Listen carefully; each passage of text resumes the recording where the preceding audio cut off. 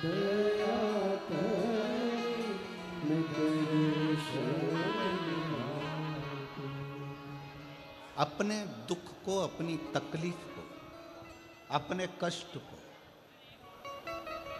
किसी दूसरे के दरवाजे पर जाकर कभी मत कहो, कभी मत।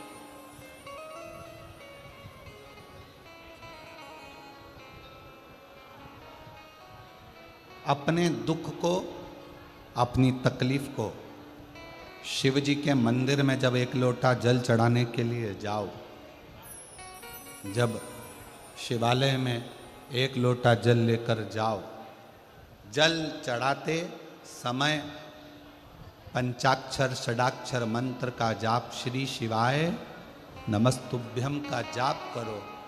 और जब शिवलिंग जलाधारी ये चरण जहाँ से पानी बहकर नीचे गिरता है, वहाँ अपने हाथ को लगाकर अपने दुख को, अपनी तकलीफ को शंकर के उस अशोक सुंदरी गणेश कार्तिकेय के स्थान का स्पर्श करते हुए बाबा से जरूर कहो कि जैसे ये तुम्हारी बेटी है उसी तरह मैं तुम्हारी बेटी हूँ, जैसे तुम्हारे ये बेटे हैं वैसे मैं तुम्हारा बेटा हूँ। इनके दुख को आपने मिटाया था, मुझे भी अपनी बेटी मानकर मेरे दुख को मिटा दीजिए, मेरे दुख को समाप्त कर। किसी से मत कहो पर शिव से कहो, शंकर से।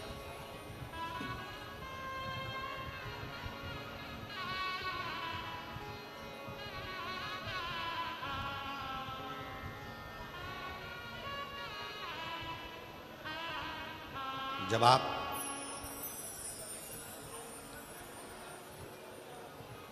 चरण पकड़कर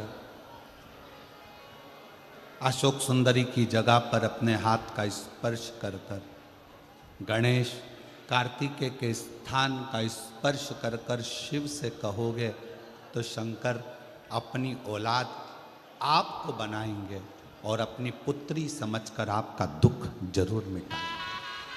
पुत्र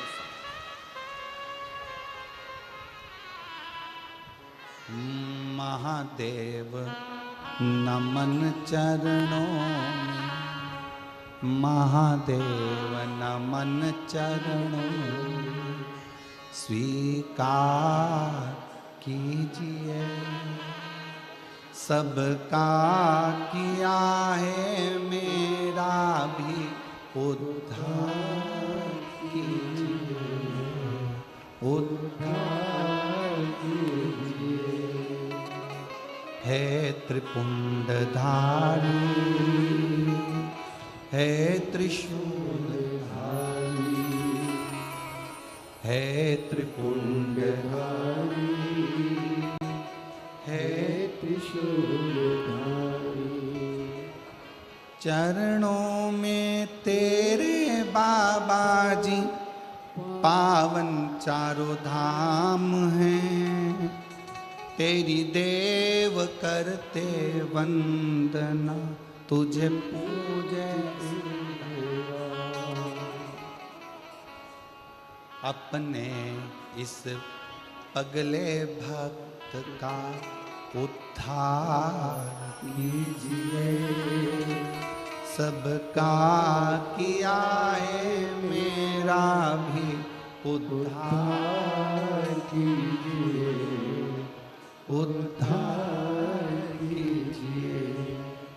आप भी बोलिए महादेव नमन चरणों में, महादेव नमन चरणों में, स्वीकार कीजिए सबका किया है मेरा भी उद्धार कीजिए, उद्धार कीजिए।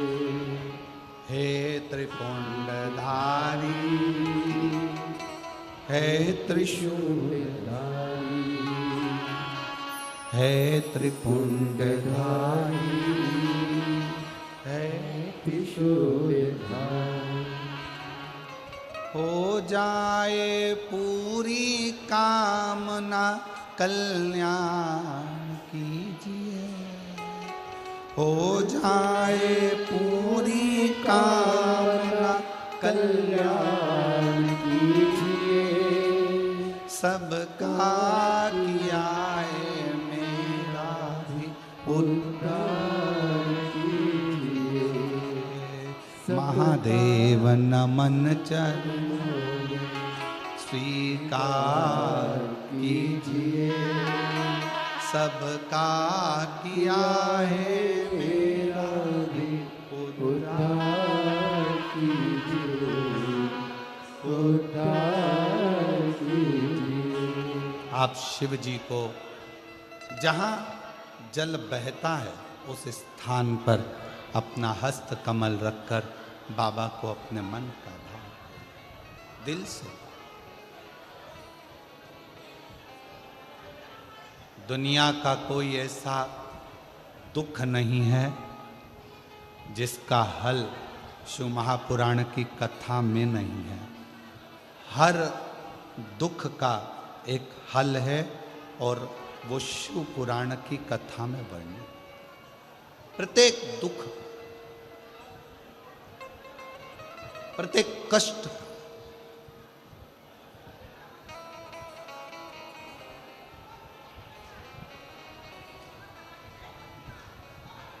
बस उसको दिल से पुकार कर, बिना आडंबर बिना दिखावे के उसको भजो, स्मरण।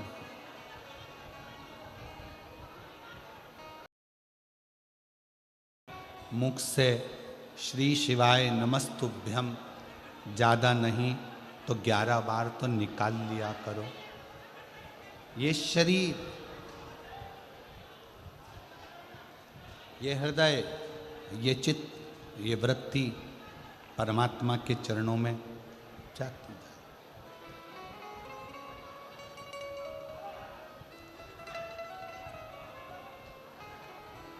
दुख है ना, शिव से कहो।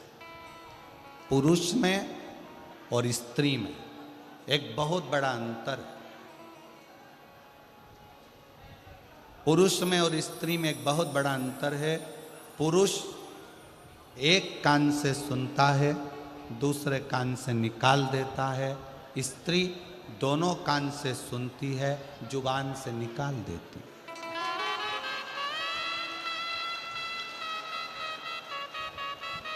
पुरुष में और स्त्री में सबसे बड़ा अंतर यही है कि पुरुष यहाँ से सुनेगा, यहाँ से निकाल देगा, और स्त्री दोनों कानों से सुनकर मुख से निकाल देती है। शिव पुराण की कथा कहती है, अगर स्त्री को मुख से निकालना भी है सुनने के बाद, तो अपने पिता देवादिदेव महादेव के सामने जाकर निकाले तो बात शिव के पास।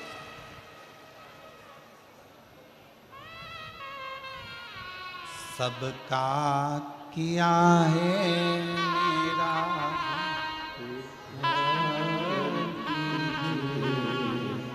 उद्धार कीजिए, हे त्रिपुंडधारी, हे त्रिशूलधारी। आपने सबका कल्याण किया तो मैं कैसे रह गई?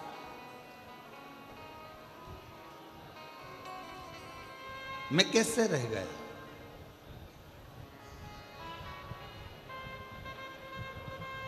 आप सबको दिए हो तो मेरी झोली खाली कैसे रह गई? कैसे?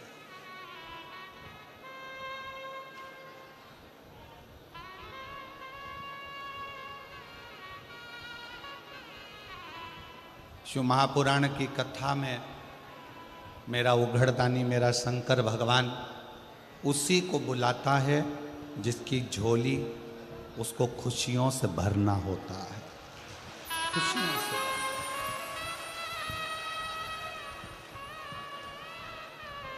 अब मालूम पड़े पूरा रतनगढ़ का लोग कथा सुनने के लिए आ जाए तो शंकर भगवान को 3 महीने में देना है, ये शिव पुराण का प्रमाण है। अब बुलाएगा उसी को जिसको देना होगा। जिसको देना ही नहीं है वो मन बनाकर रख भी लेगा कि मुझे कथा सुनने जाना है, कथा सुनने जाना है, पर मेरा भोले बाबा उसको यहाँ तक पहुँचने ही नहीं देगा, पहुँचने ही नहीं देगा।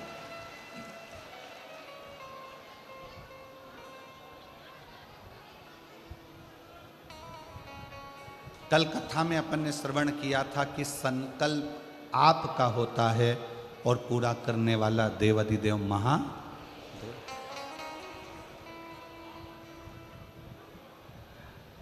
कोई दूसरा नहीं पूरा करेगा, शिव।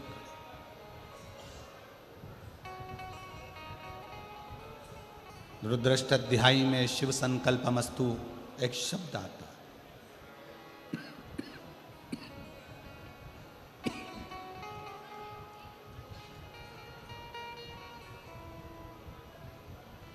कि पूरा करने वाला कोई दूसरा नहीं, स्वयं शंकर, स्वयं शिव।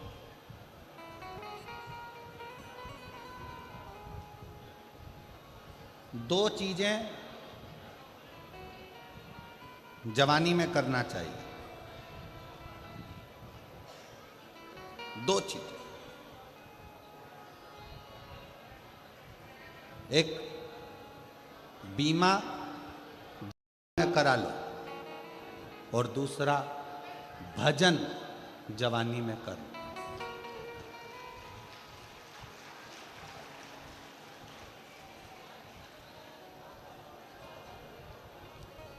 ध्यान दें,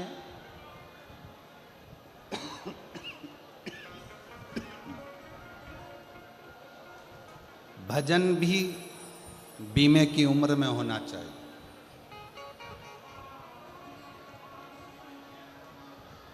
सत्तर साल की आपकी उम्र हो जाएगी, 70 साल की आपकी आयु हो जाएगी, बीमे वाले से कहोगे कि हमारा बीमा कर दे, वो नहीं करे।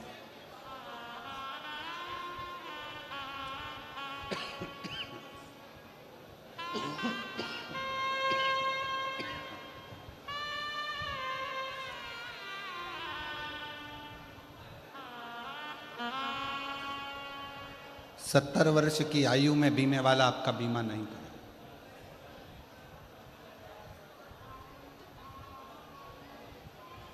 आप में से कई लोग ऐसे बैठे हैं कि अभी बचपन है, जवानी है, अधेड़ी है, बुढ़ापा आएगा तब राम नाम जपेंगे।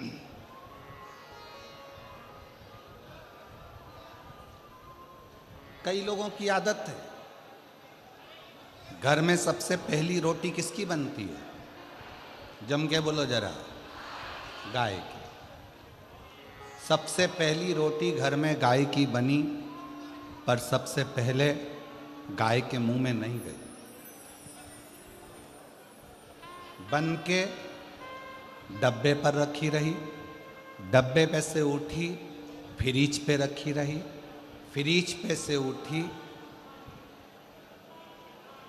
स्टैंड पे रखी रही, भोजन के स्टैंड पे से उठी गैस की टंकी पर रखी रही, गैस की टंकी पे से उठी दरवाजे के पास में जो छोटा सा आला था उसमें रखी रही।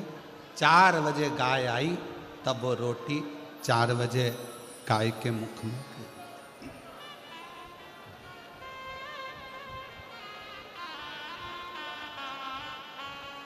रोटी ताजी थी, गाय को दे देते, गाय भी प्रसन्न हो जाती। रोटी कड़ली हो गई, चीटी पड़ गई, शक्कर रखी थी गल गई, पूरी खराब हो गई, तब रोटी गाय के मुंह में दी और सोचा मुझे इतना सारा पुण्य मिलेगा। अब विचार करो, ये रोटी जैसा आपका और हमारा जीवन है। बचपन अच्छा था, भगवान को नहीं दिया, जवानी अच्छी थी, भगवान को नहीं दी, अधेड़ी अच्छी थी, परमात्मा को नहीं दी। जब ये पूरी रोटी गल गई, सोफा सेट निकल गया, आँखों से दिखाई नहीं देता, कानों से सुनाई नहीं देता, हाथ कांपता है, तब सोचा अब इस रोटी को उस परमात्मा को दे दूं। तो परमात्मा भी बोला ये सड़ी गली रोटी मेरे किस काम की। क्या करूं इस रोटी? बचपन खेल में खोया, जवानी नींद भर सोया, बुढ़ापा देख कर रोया, सिराने मौत हंसती है। ये अवस्था जाती जा रही, जाती।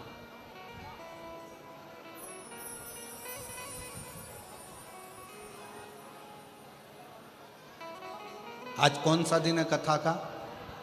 5। कल कथा की क्या है? शिवरात्रि। कल कथा का छठा दिन शिवरात्रि का रहेगा। परसों के दिन कथा सुबेरे 8 बजे से 11 बजे तक हो जाएगी। विराम होकर आप अपने गांव, हम कुबेरेश्वर बाबा के धाम यहाँ से चले। कल एक बहन कह रही थी, गुरुजी हम राजस्थान वालों के भाग्य खुल गए। हम लोगों ने 5 कथा का नियम लिया था। आप कहते हो कि 5 पंडाल कथा सुनना चाहिए। हम कहाँ सुनने जाएं? एक कथा हमने रतनगढ़ में सुन ली। दूसरी कथा 1 मई से 7 मई तक जयपुर में विद्याधर नगर स्टेडियम, कोई ऐसा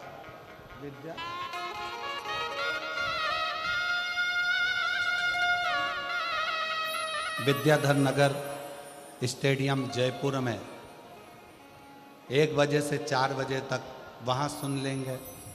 फिर एक तीसरी कथा वापिस राजस्थान में ही, शायद भीलवाड़ा आदि में कहीं ना कहीं ऐसा क्रम है, वहाँ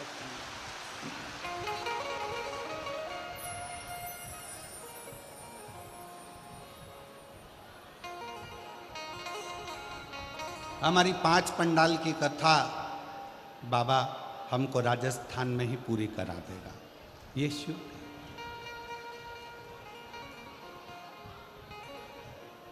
सुनो, विनय करो, निवेदन करो, उसको अपने दिल की बात जरूर करो, जरूर। और खाली ना जाता दर से तुम्हारे, खाली ना जाता दर से तुम्हारे, मैं भी खड़ी हूँ नन्ही बाहें पसारी, अपने हृदय से लगा लो, लगा लो, गिरा जा रहा उठा भोले अपने दर से, अब तो ना टालो, गिरी जा रही हूँ, उठा शिव कृपा कर। कहना है तो शिव से, बोलना है शंकर से।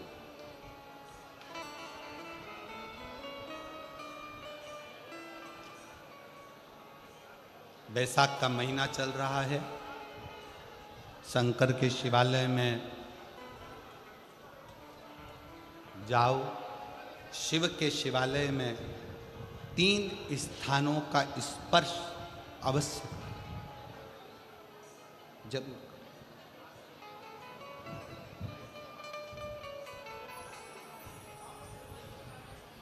किसी किसी मंदिर में शंकर जी के शिवलिंग को छूने नहीं देते, जैसे दक्षिण साइड में, साउथ में।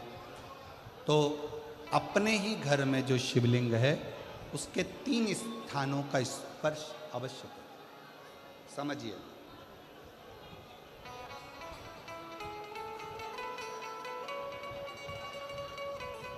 पहला शंकर भगवान के जहाँ से जल बहता है उस स्थान, ये जलाधारी है, जल बहता है, ये शिवलिंग है।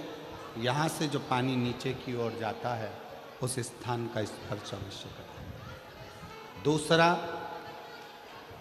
शिवलिंग का जो गोल भाग है उस गोल भाग में कहीं पर भी अपनी हथेली का स्पर्श अवश्य करें। तीसरा, शंकर भगवान के शिवलिंग का जो ऊपर का भाग है वहाँ अपने अस्त्र का स्पर्श अवश्य करें।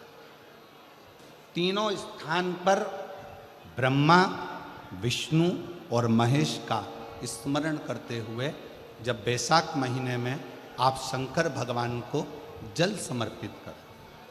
शिव जी को जब बैसाख के महीने में जल दिया जाए तो दोनों हाथ से अंजलि में कलश रखकर शंकर भगवान की अपने हाथ की अंजलि में जल रखकर शिव जी को जल अवश्य समर्पित करें। शिवरात्रि के बैसाख महीने की शिवरात्रि पड़े, बैसाख महीने की प्रदोष पड़े तो एक बेलपत्र शंकर को अवश्य समर्पित करें। मान लो गर्मी बहुत तेज है, पेड़ों पर बेलपत्र नहीं मिले तो एक दुर्वा शिव को अवश्य समर्पित करें। मान लो बहुत तेज गर्मी पड़ने पर, या रतनगढ़ में तो हम देख रहे हैं रजी रज, धूली धूल इतनी है, मिट्टी इतनी है कि यहाँ तो दुर्वा मिलना भी बड़ा मुश्किल है, तो एक चावल का दाना शिव को जरूर समर्पित करो। उतने में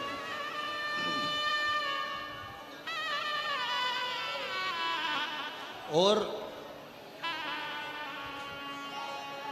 बैसाख महीने में सबसे ज़्यादा जरूरी है, जो सबसे ज़्यादा जरूरी है बैसाख महीने में, वो जलाशय अर्थात अपने घर के नज़दीक में कोई पानी का स्थान हो, जलाशय हो, वहाँ का जल शिव को समर्पित करना, या शिव के नंदी के पास में। और हम तो कहेंगे शंकर का नंदी केवल मंदिर में मत देखो, आपके घर के आसपास में हमारे मारवाड़ की पहले की रीति रही है। राजस्थान में बहुत सालों पहले, जब लगभग 19 से 20 साल पहले हम फलोदी में आए थे, 20 साल पहले, और 20 साल पहले जब हम फलोदी में आए थे राजस्थान में, तो हमने उस फलोदी राजस्थान में देखा था कि प्रत्येक घर के बाहर पत्थर का एक छोटा सा कुंडा जैसा होता। दो चीजें हमने फलोदी राजस्थान में प्रत्येक घर के बाहर 20 साल पहले देखी थी। एक इतना बड़ा कुंडा पत्थर का जिसमें लोग भोजन रख देते हैं, और एक बड़ा सारा कुंडा जिसमें लोग पानी भर देते हैं, जिससे चिड़िया, पशु, पक्षी, गौ माता सब उस पानी को पीती रहे और आपका और हमारा कल्याण होता रहे। इस भाव से रखा, प्रयास करो। शिव जी को तो जल समर्पित करो,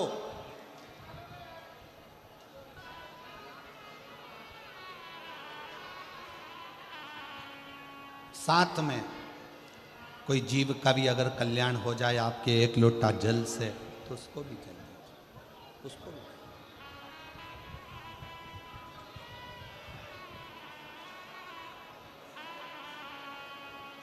शंकर भगवान ओघड़दानी शिव, जिनका चढ़ा हुआ जल केवल मात्र स्पर्श, आचमन, दर्शन आपका और हमारा कल्याण कर दे। शिव महापुराण का एक बहुत सुंदर संवाद है। काशी प्रदेश में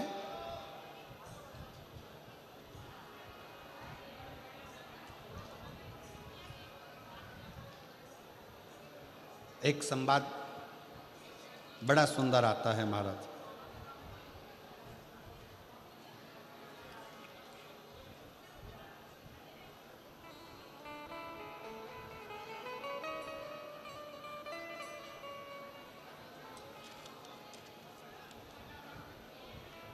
सिंहपुर प्रदेश में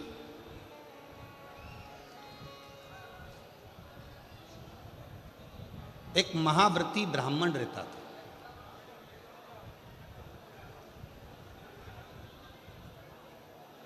शिव जी का बड़ा उपासक था, शंकर का बड़ा भक्त था। महाव्रती ब्राह्मण का कर्तव्य, सबसे बड़ा कर्तव्य उस महाव्रती ब्राह्मण का था कि शंकर के मंदिर में जाकर झाड़ू लगाना, पोछा लगाना, दीप लगाना, शिवलिंग को श्रृंगारित कर देना, स्नान करा देना, पूजन कर लेना और शंकर की भक्ति को धारण करना। पंचाक्षर मंत्र का जाप, षडाक्षर मंत्र का जाप।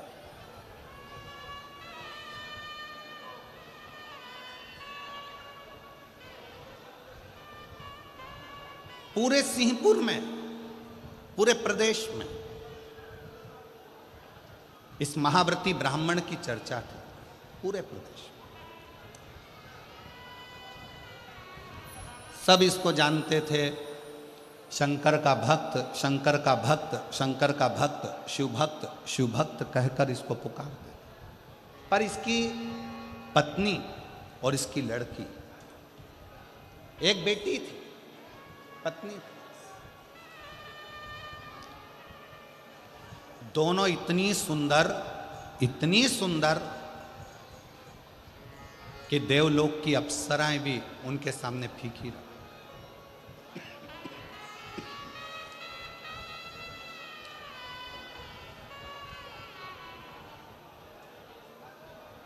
और शिव महापुराण की कथा एक बात बहुत अच्छे से कहती है, शरीर की सुंदरता से ज्यादा जरूरत है मन की सुंदरता की। मन की, तुम्हारा अच्छा शरीर देखकर भगवान कभी प्रसन्न नहीं होता, तुम्हारे अच्छे वस्त्र देखकर भगवान कभी प्रसन्न नहीं होते। तभी तुम्हारे शरीर पर आभूषण है, रतन है, सोना है, चांदी है, हीरा है, पन्ना है, उसको देखकर मेरा भगवान कभी प्रसन्न नहीं होता। तुम कितने सुंदर हो उसको देखकर भी भगवान कभी प्रसन्न नहीं होता। ईश्वर कब प्रसन्न होता है? जब तुम्हारे दिल में आए हुए मेहमान के प्रति, अतिथि के प्रति आदर का भाव हो और घर में जितने सदस्य रह रहे हों सबका सम्मान यदि तुम कर रहे हो तो भगवान तुम पर प्रसन्न। अब सुंदर तो तुम बहुत, और नी भी सुंदर होगे तो ब्यूटी पार्लर जाके हो जाओगे। सुंदर तो तुम बहुत,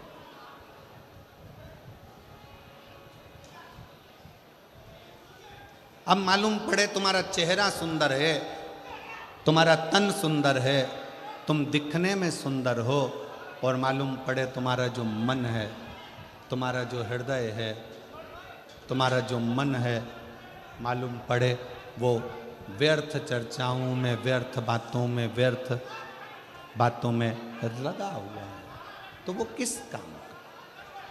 उसकी मूलता क्या है? वो किस काम का? इसलिए शिव महापुराण की कथा ने एक बहुत सुंदर बात कही, शंभु शरण मांगो दुख ताको, दया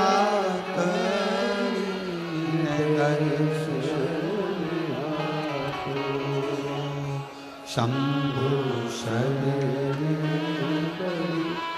मांगो दुख काटो, दया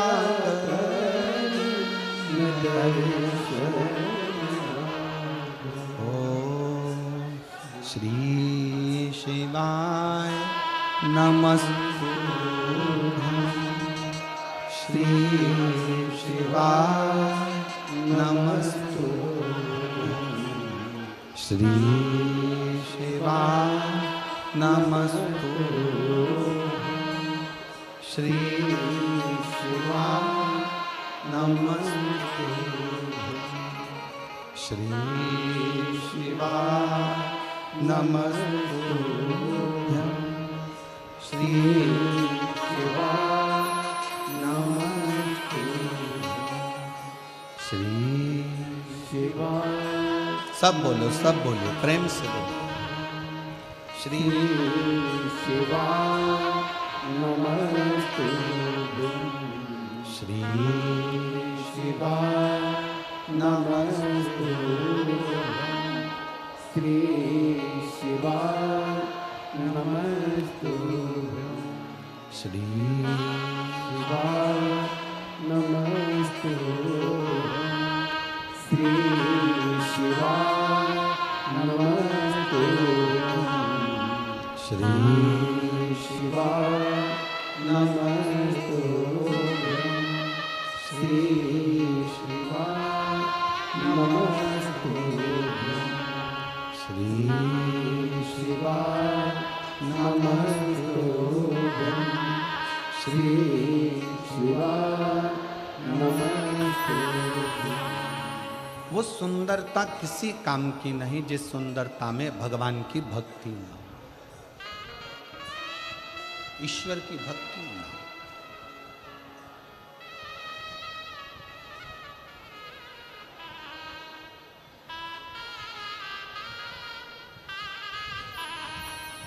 हमारा एक निवेदन आप सब स्वीकार करिए, करबद्ध निवेदन करेंगे।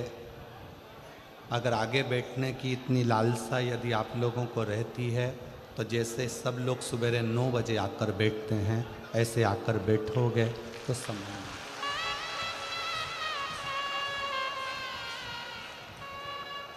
कथा केवल लाहौटी जी की नहीं, पूरा रतनगढ़ के एक एक बच्चे बच्चे की यह कथा है और रतनगढ़ की यह कथा।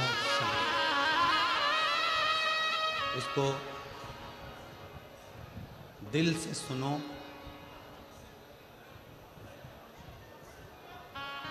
हमारे शरीर में 2 दिन से बुखार है और 2 दिन से गले में इन्फेक्शन है।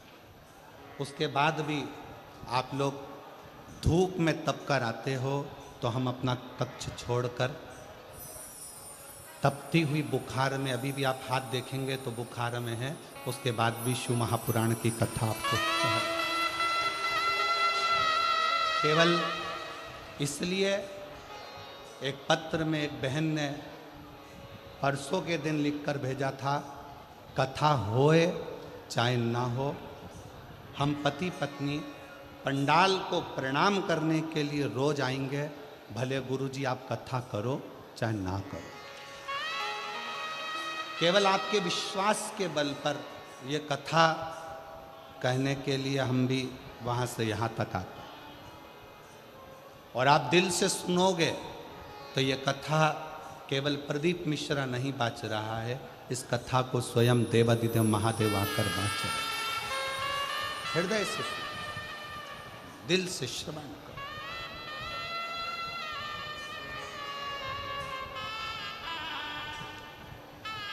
इतने अच्छे अच्छे पत्र यहाँ ढेर लगा हुआ है पत्रों का, पर हम पत्र भी कम पढ़ रहे हैं। क्यों? राजस्थान में कथा कम होती है। अगर इन लोगों को दिल से मिल गई और इनकी झोली भर गई तो अगली कथा में 1 मई को पत्र पढ़ लेंगे। इसमें कोई हृदय से सुनो, ये वो अमृत है। 7 दिन पूरा होने के बाद तरसोगे कि हमारे नज़दीक में कथा होकर चली गई, मैं झोली भरकर नहीं ला सकी। अगर उस 2.5 घंटे की कथा को मैं अगर दिल से सुनकर प्रार्थना कर लेती, श्री शिवाय नमस्तुभ्यम बोलकर उसको अपना मन का भाव कह देती, तो शायद मेरी झोली खुशियों से 3 महीने के अंदर भरा जाती। और हम 3 महीने का भी इंतजार नहीं करेंगे। 17 तारीख को, कितनी तारीख को यहाँ कथा विराम है? 17 तारीख को यहाँ कथा विराम है। 1 मई को चालू है। शंकर जी को यहाँ बैठ करके कर जाना, 3 महीने का इंतजार नहीं करूँगी। 1 मई जो जयपुर में कथा है 7 मई तक, उसमें मेरा पत्र वहाँ मिलना चाहिए, तो जानूं कि तू शिव। विश्वास के साथ सुन, भरोसे के साथ कथा का रस तत्व ग्रहण कर। शिव कथा कर रहे हैं। सिंहपुर प्रदेश में एक व्रती ब्राह्मण रहता था। वो व्रती ब्राह्मण साधारण नहीं था, उसका व्रत बड़ा प्रबल था। व्रत का मतलब यह नहीं होता कि आप भूखे रहो।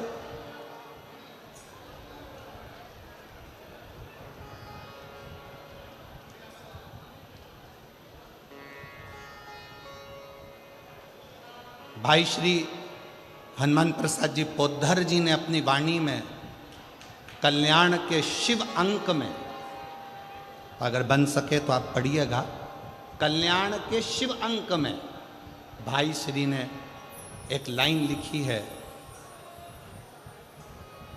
भाई श्री ने अपनी वाणी में लिखा कि भगवान को पाने के लिए अगर तुम अपने दिल से एक बार अगर मुख से कह दोगे कि हे प्रभु मैं तुम्हारा हूं और तुम मेरे हो, बस ये बात अगर दिल से कह दी तो परमात्मा भी तुम्हारा हो जाता है और तुम परमात्मा के हो जाते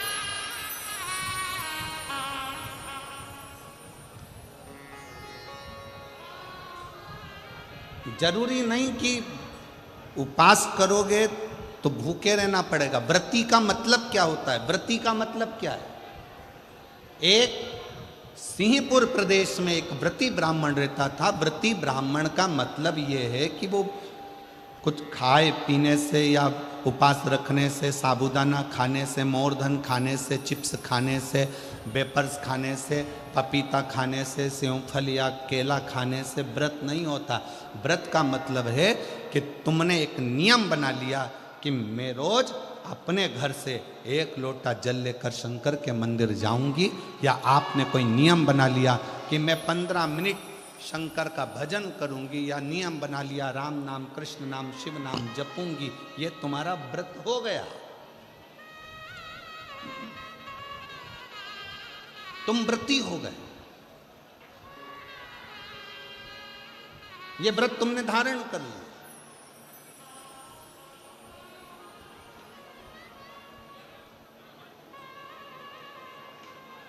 कई माताओं ने नियम बनाया, रतनगढ़ की ही रहने वाली माताएं, कई माताएं रतनगढ़ की ही रहने वाली पंडाल में रह रही है, कई माताएं रतनगढ़ की।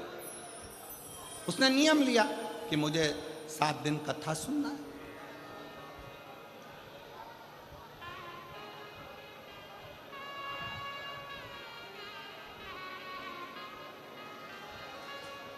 उसका नियम था, व्रती है।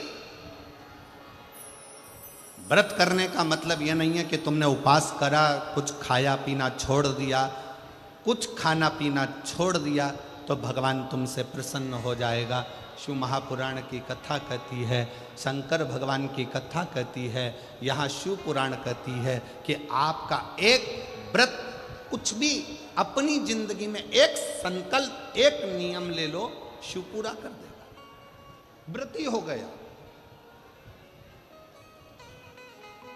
एक ब्राह्मण रहता था, बड़ा व्रती था,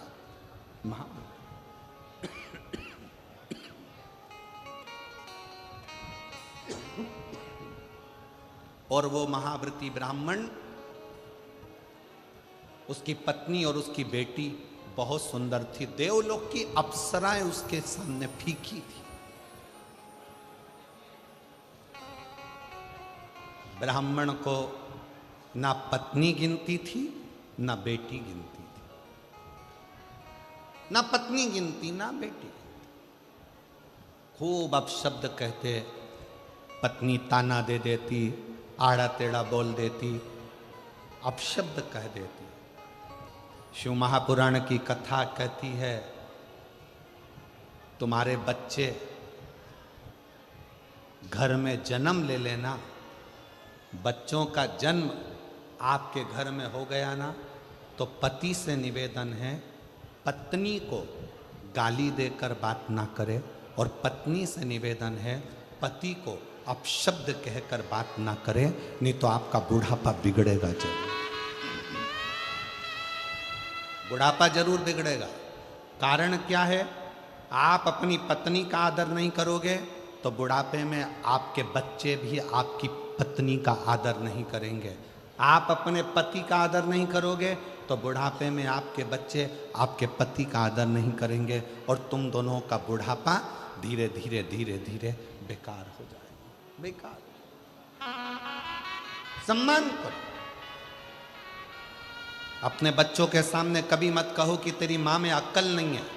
भले वो पढ़े लिखी नहीं है, भले उसने बीए एमबीए नहीं करा, भले उसने सीए नहीं बनी, भले वो डॉक्टर नहीं, इंजीनियर नहीं, पर अपने बच्चों के सामने ये बात रखो, तेरी माँ के बराबर कोई विद्वान नहीं है, तुझे विद्वान वो बना कर रखेगी, ये निश्चित है। कई माता पिता अपने बच्चों के सामने अपने को ऊंचा दिखाने के चक्कर में अपने पिता को अपशब्द कर, तेरे बाप में तो अकल नहीं है, रत्ती भर की अकल नहीं है, बच्चों के लिए कमाते बन नहीं रहा, यहां वहां घूमता रहता है, तेरा बाप तो पगला है। इस तरह के शब्द जब हम अपने बच्चों के सामने कहते हैं तो बच्चों की दृष्टि में पिता का मान घटते जाता है। कई पिता अपनी पत्नी के लिए कह देते हैं, तेरी माँ में अकल नहीं है, गंवार है, इसका पूरा खानदान बेकार है, पढ़े लिखे तो है नहीं, पूरे ढोर हैं, अकल नहीं है। हम अपने बच्चों के सामने जब पत्नी को इस तरह का शब्द कहते हैं, बच्चों की दृष्टि में वो माँ का सम्मान घटते जाता है। सिंहपुर प्रदेश के महाव्रती ब्राह्मण की पत्नी ने अपनी लड़की के सामने अपने पति का अपमान करना प्रारंभ करा, तो लड़की जैसे जैसे बड़ी होती चली गई वो पिता का अपमान करना सीख गई। पत्नी भी सुंदर थी, बेटी भी सुंदर थी। पिता ब्राह्मण ने विचार करा, मेरी बेटी बड़ी हो गई है, इसका विवाह कर देना चाहिए। बहुत अपशब्द कहती है, कम से कम माँ के चक्कर में ना रहकर विवाह होकर जाएगा तो ससुराल में थोड़ा सा आदर कर लेगी, थोड़ी संवर जाएगी। बेटी के लिए वर देखा, लड़का मिल गया, शादी कर दी। शादी करने के बाद मां से जो सीख कर गई थी, समझ गए क्या तुम लोग, रतनगढ़ वालों? समझ गए? जो मां से सीख कर गई थी, मां अपने पति का आदर नहीं करती थी, तो ये विवाह करने के बाद अपने पति का आदर नहीं करती है। सीख कर गई।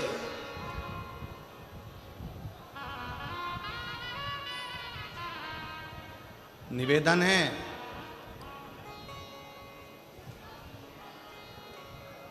पहले के जमाने में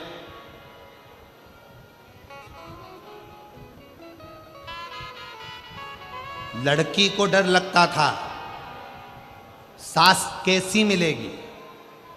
आज के जमाने में सास की रातों की नींद उड़ जाती है, जगदम्बा कैसी आएगी, कैसी कैसी। क्यों? पहले के जमाने में 4 लड़के रहते थे तो चिंता नहीं रहती थी। आज के जमाने में ले दे के एक तो बेटा और उसी की धर्म पत्नी आना है, और वो भी लड़ झगड़ के अपने ही रतनगढ़ में अपने से ही अलग होकर दूसरी जगह जाकर रहेगी। लोग क्या कहें? सोचना पड़ता है, 50 बार विचार करना पड़ता है।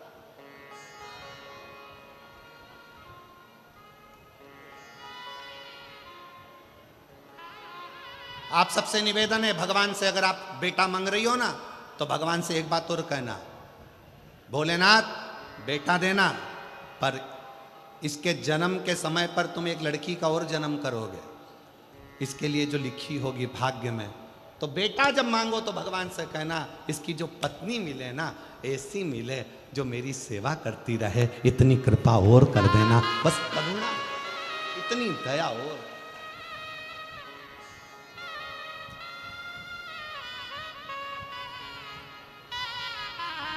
ऐसी मत भेज देना जो 24 घंटे साड़ी में तो पिन लगाए,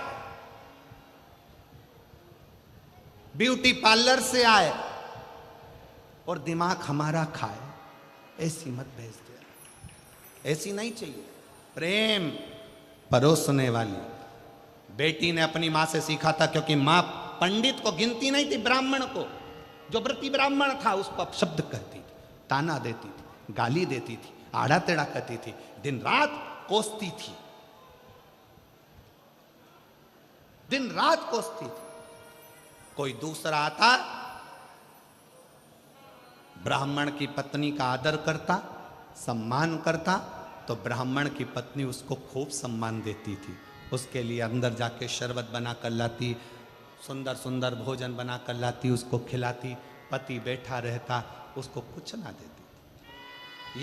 यही लड़की ने सीख लिया और लड़की का विवाह हुआ, ससुराल गई। ससुराल में जाने के बाद वहाँ पर जो माँ से सीख कर गई थी वैसा ही कि वैसा ही क्रम करा। परिवार के बाकी के लोग आते तो उनसे हंस बोल कर बात करती, पति का अपमान करती, अपशब्द कहती। पति ने अपने परिवार वालों को बुलाकर कहा कि इसको इसके मायके भेज दो और ये वहाँ जाकर थोड़ा सीख कर आए। अब कौन समझाए कि जो सीख के आई है वही तो कर रही है,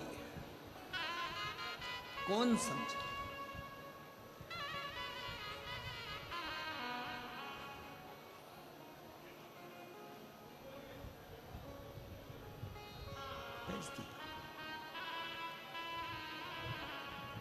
अब लड़की और लड़की की माँ दोनों मिली।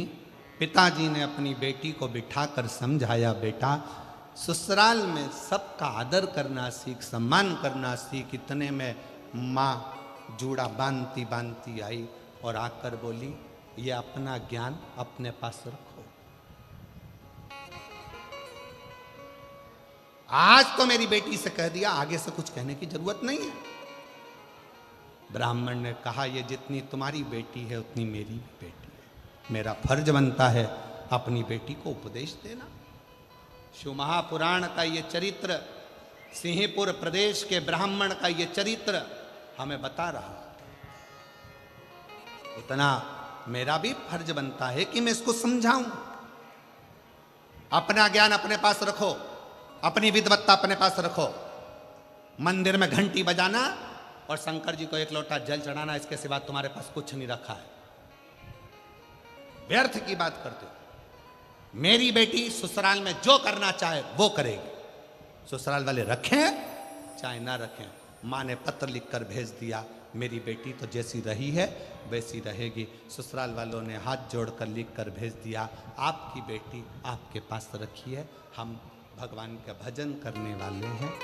इतने में पिताजी ने हाथ पैर जोड़े तो माँ ने कहा कि अगर तुम उन ससुराल वालों के हाथ पैर जोड़ने गए तो हम यहाँ नहीं रहेंगे। और माँ और बेटी ने अपना दोनों का बैग उठाया, दोनों का सामान लिया और एक उसी नगर में दूसरे स्थान पर जाकर अपना झोपड़ा बनाकर अपना नगर बसा लिया। झोपड़े में रहती थी। अब धीरे धीरे दोनों माँ बेटी ने एक कार्य चालू कर दिया कि माँ भी सुंदर थी और बेटी भी सुंदर थी, तो पर पुरुष पर दृष्टि देने, पर पुरुष पर दृष्टि। अब इनकी सुंदरता देखकर, माँ की सुंदरता देखकर पुरुष आ जाते, बेटी की सुंदरता देखकर, उनकी युवान अवस्था देखकर पुरुष आ जाते। छोटा सा झोपड़ा था, धीरे धीरे महल बनता गया, महल बनता गया, खूब अच्छा राशि ठाठ हो गया। ब्राह्मण वही शंकर के मंदिर जाना, झाड़ू लगाना, पोछा लगाना, प्रणाम करना, वही क्या करता।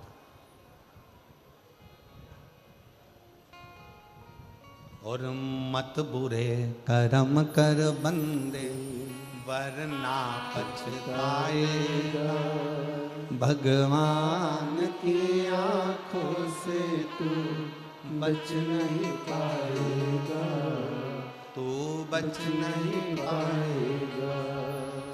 अरे ओ अज्ञानी मत कर नादानी, अरे ओ अज्ञानी मत कर नादानी।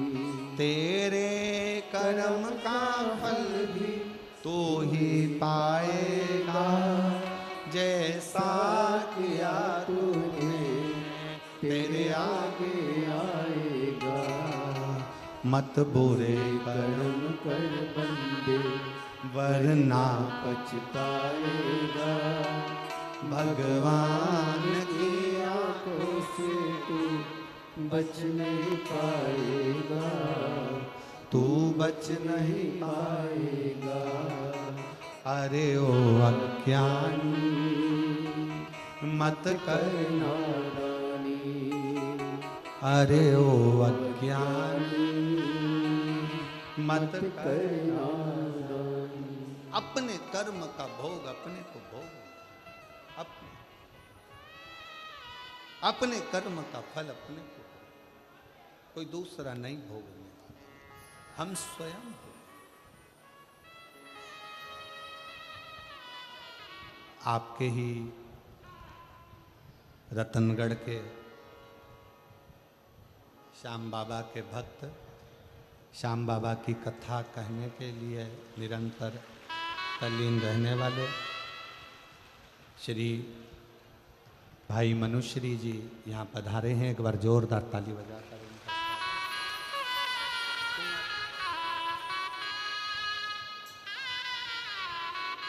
बहुत बहुत साधुवाद और स्वागत वंदन है। श्याम बाबा की बड़ी कृपा आप पर, जो आपकी वाणी से श्याम कथा संपूर्ण विश्व श्रवण कर रहा है। एक बार जोरदार ताली बजाकर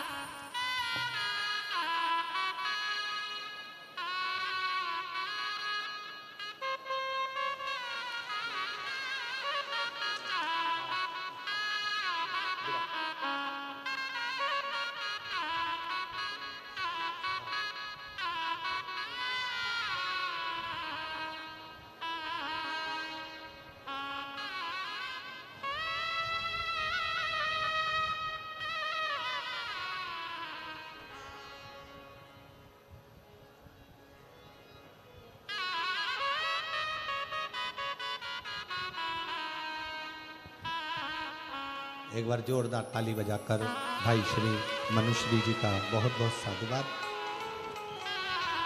जो इस पवित्र पावन शिव महापुराण कथा के रस तत्व को ग्रहण करने के लिए यहाँ पधारे। और उससे बड़ा सौभाग्य ये है कि आप श्री के पिताश्री भी यहाँ आए हैं, उनके लिए भी बहुत बहुत प्रणाम नमन करता हूँ। शिव कृपा का, शिव कथा का, भगवान शंकर का संवाद करता है। मनुश्री जी की वाणी में ऐसा लगता है कि स्वयं श्याम बाबा अपनी कथा का गुणगान करते हैं, और इतनी सुंदर वाणी से आप हमेशा शिव कथा का, श्री श्याम कथा का वर्णन करते रहते हैं। बहुत बहुत साधुवाद है, प्रणाम करता हूँ। शिव कथा कर रही है, शिव महापुराण की कथा कर रही है सिंहपुर प्रदेश का वो व्रती ब्राह्मण।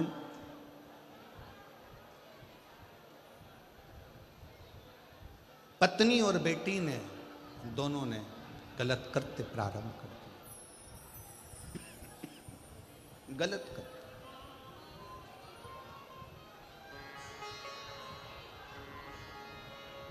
और ऐसा पुरुषों को अपनी ओर आसक्त करना,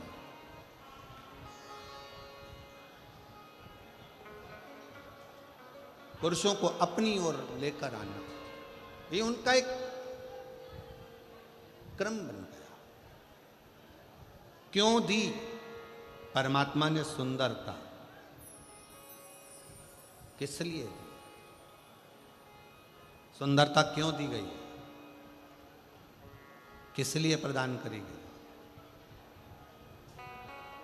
शिव महापुराण की कथा कहती है, अगर भगवान ने सुंदरता दी है तो वो केवल गलत कृत्य के लिए नहीं, परमात्मा ने सुंदरता दी है तो ये दिखाने के लिए दी है कि आप सुंदर होने के बाद भी भगवान के गुणगान में लगे हो, मतलब ये दूसरे को प्रेरणा दे, दूसरे की प्रेरणा है।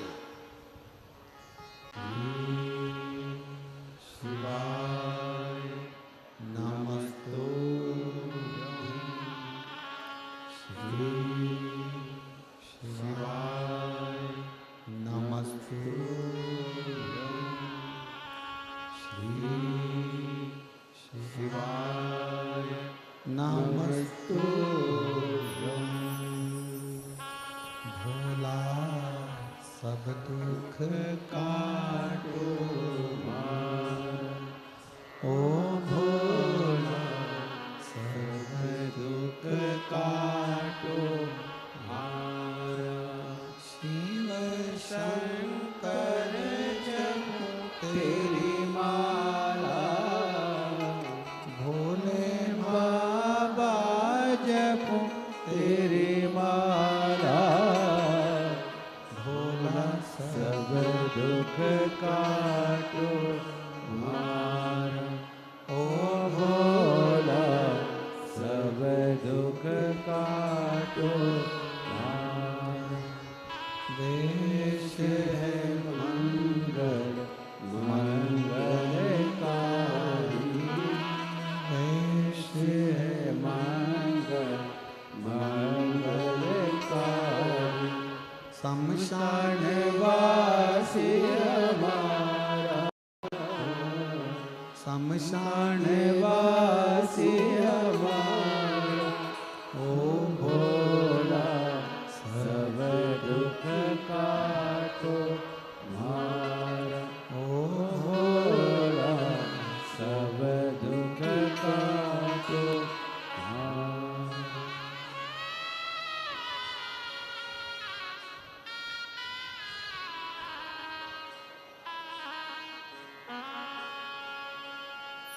भगवान देवाधिदेव महादेव की कथा करें, शिव कथा वर्णन करें।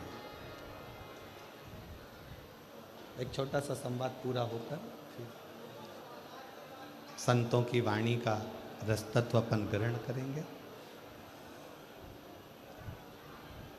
सिंहपुर प्रदेश का जो व्रती ब्राह्मण है, जिसकी धर्म पत्नी बड़ी सुंदर है, बेटी बड़ी सुंदर है,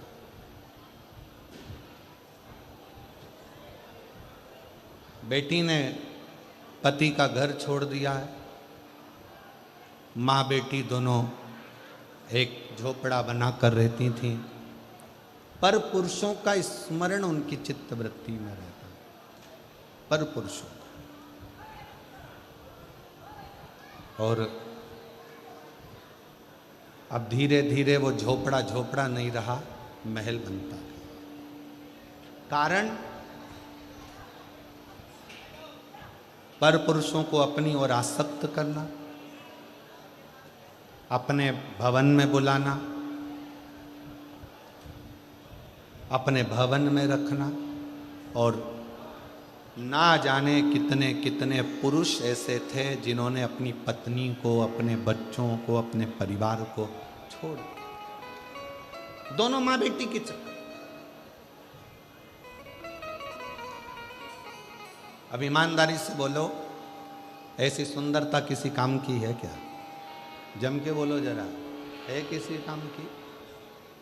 किसी के घर की बहू तुम्हारे चक्कर में अगर रो रही है, किसी के घर के बच्चे तुम्हारे चक्कर में बिलख रहे हैं, तो तुम्हारी सुंदरता और तुम्हारा जीवन किसी काम का नहीं, किसी का।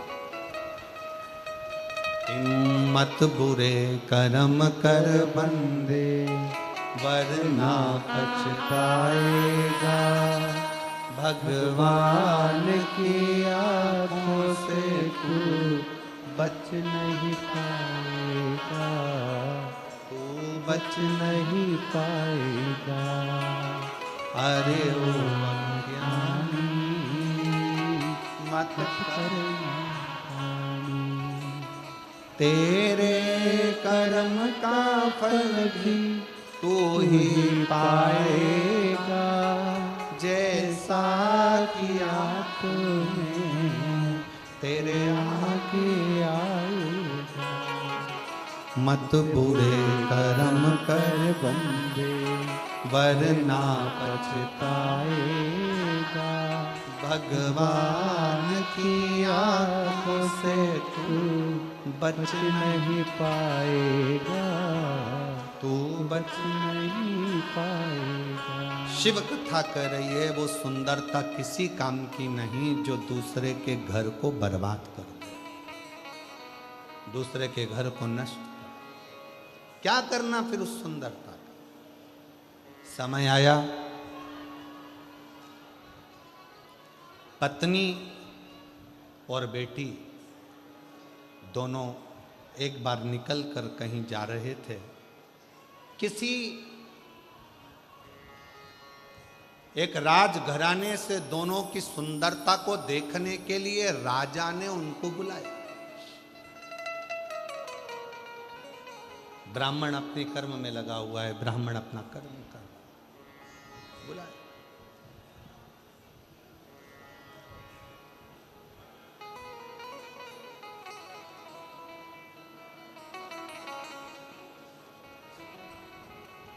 तब तक राजा भी उस सुंदरता को देखेगा।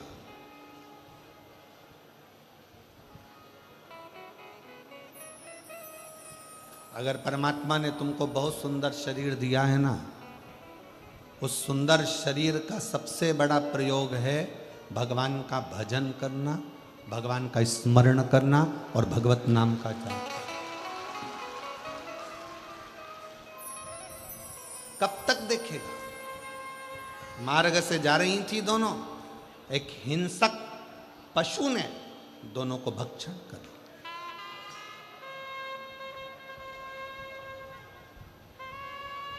दोनों के अब सामने हिंसक पशु खड़ा था। इनको लगा कि मेरी सुंदरता के अगर पशु भी मेरे अधीन होगा।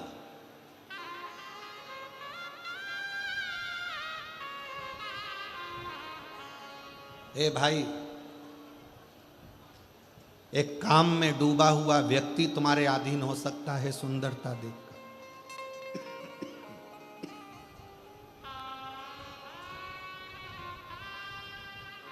पर पशु तुम्हारी सुंदरता के अधीन नहीं हो सकता।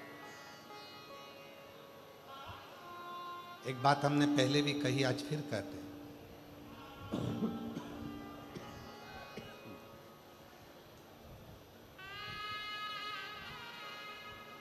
तुम कितनी भी अंग्रेजी पढ़ लो, कितने भी वीआईपी बन जाओ, और कुत्ता तुम्हारे पास में तुम्हें काटने के लिए आए और तुम उससे कहो please please please please please,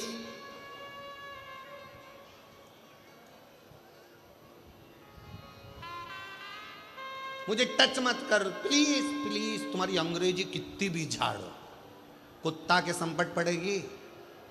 कुत्ता के समझ में आएगी? कुत्ता को तुम कितनी भी अंग्रेजी बोलो वो नहीं समझ सकता, पर कुत्ता के लिए तुम्हें हिंदी की एक भाषा का प्रयोग करना पड़ेगा, हाट।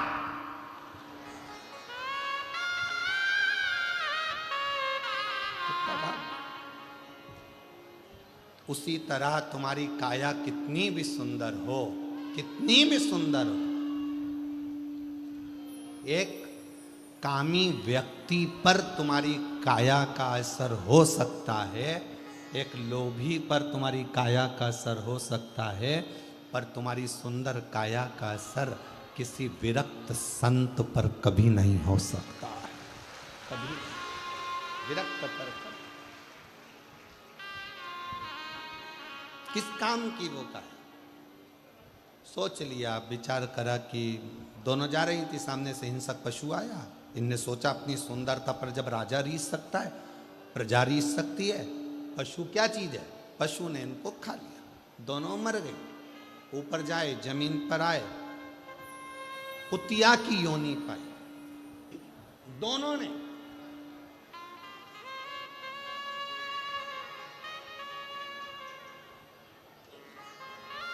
एक कुतिया की योनि दोनों ने पाई, और वो कुतिया की योनि भी कैसी थी? एक पांव कुतिया का टूटा हुआ था, कान कटा हुआ लटक रहा था, सिर पे उस कुतिया के पूरा घाव पड़ा हुआ था, कोई जानवर उसको खा गया था, उसमें सिर खुला था, कीड़े पड़ रहे थे। दोनों माँ बेटी ने जो कुतिया की योनि पाई, दोनों शरीर से सड़ रहे थे, दोनों।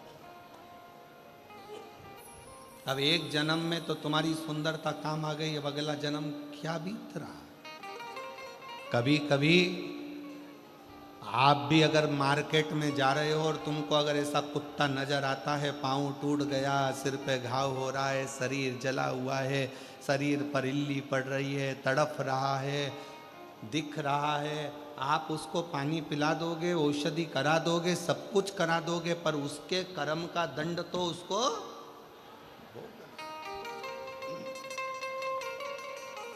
कुतिया का जन्म मिल गया दोनों को। दोनों आपस में मिलती, रोती, अपने आप को कोसती। इसके जो घाव थे, माँ के सिर पर जो घाव लगे थे, वो बेटी चाट कर उसको ठंडक देती, और बेटी के शरीर पर जो घाव थे वो माँ चाट कर ठंडक देती। और कुतिया भी बनी तो कहाँ? उसी नगर में, उसी गांव में, जिस गांव में वो महाव्रती ब्राह्मण रहता था। पति को सूचना मिल गई थी, मेरी पत्नी और मेरी बेटी मर चुके हैं। पति का नियम था शिव के मंदिर से जाना, शंकर को जल चढ़ाना, शिव का जल अपने पात्र में झेलना और झेल कर लेकर चल। आज शंकर का झेला हुआ जल, शिव का चढ़ा हुआ जल वो व्रती ब्राह्मण लेकर जा रहा था। सामने ठोकर लग गई, गिर गया, जल पूरा जमीन पर गिर गया। ये दोनों माँ बेटी वहाँ से निकल रही थी, दोनों को प्यास लग रही थी। प्यास लगते से ही उन्होंने उस जल पर झपकी, और जल को झपक कर जैसे ही चाटना प्रारंभ करा, चाटते से ही कुछ ही दिनों में प्राण छूट गए और शंकर के धाम में पहुंच गए, शिव धाम में। शंकर पे चढ़ा जल कोई साधारण जल नहीं है। एक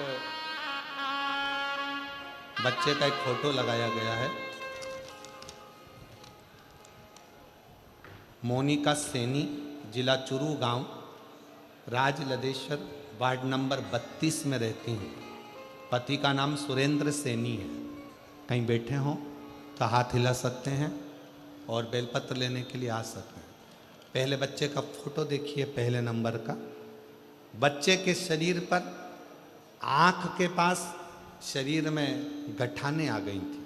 पहला फोटो एलईडी पर आप लोग देख रहे होंगे, आस्था चैनल पर देख रहे होंगे। बच्चे की आँख के पास गठान आ गई, शरीर में गठाने आ गई। डॉक्टर को दिखाया, 6 महीने की दवाई ली, फिर भी उसको कोई आराम नहीं मिला। धीरे धीरे वो गठान बढ़ती चली गई। डॉक्टरों ने ऑपरेशन का कह दिया। ऑपरेशन होने का बोला, मन में आया इतने छोटे से बच्चे का कैसे ऑपरेशन कराएं। तब परिवार के एक व्यक्ति ने कहा कि मंदिर जाया करो और शिवजी पे जल चढ़ाया करो। मंदिर जाकर उसका जल लाकर बच्चे के शरीर पर लगाना प्रारंभ करा, और दवाइयाँ भी डॉक्टर को शिव मानकर देना प्रारंभ करी। कुंदकेश्वर महादेव का नाम लेकर दवाई खिलाते, शरीर पर वो जल लगाते। डॉक्टर ने फिर वापस रिपोर्ट देखकर कहा इसका ऑपरेशन करा लो, गठान बढ़ रही है। पर शिव पर भरोसा प्रबल था और बाबा की ऐसी कृपा हुई कि धीरे धीरे करते करते जल लगाते लगाते वो गठान पूरी गल ही गई और ऑपरेशन की जरूरत नहीं पड़ी। दूसरा फोटो उस बच्चे का जिसमें उसके गठान गल चुकी है। पहले फोटो में गठान है, दूसरे फोटो में गठान गल चुकी है। अगर कहीं बच्चा बैठा हो और उसके आए हों माता पिता तो बच्चे को ला सकते। शिव तत्व किसको कहते हैं? शंकर की भक्ति किसको कहते हैं? शिव पे चढ़ा हुआ जल साधारण नहीं होता, शंकर पर चढ़ी हुई बेलपत्र साधारण नहीं होती। पूज्य संत शिरोमणि श्री कौशिक जी महाराज जी बैठे हैं जिन्होंने अपनी वाणी में बेलपत्र की महत्वता, शमी पत्र की महत्वता, शमी के वृक्ष की महत्वता, साथ में श्री शिवाय नमस्तुभ्यम की महत्वता अपनी वाणी में निरंतर कही। निरंतर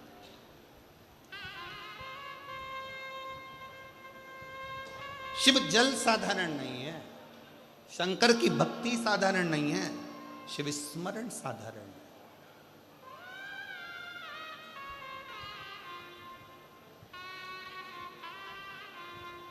कितना फल है जल का। पार्वती जी को मालूम था शंकर जी को इतनी जल्दी प्रसन्न नहीं कर सकते, तो पार्वती जी ने एक नियम बनाया पार्थिव शिवलिंग का निर्माण करना और शिव जी पे जल चढ़ाना। एक लोटा जल सारी समस्या का हल। पार्वती जी ने शंकर की भक्ति करना प्रारंभ। एक पत्र और है बड़ा सुंदर है।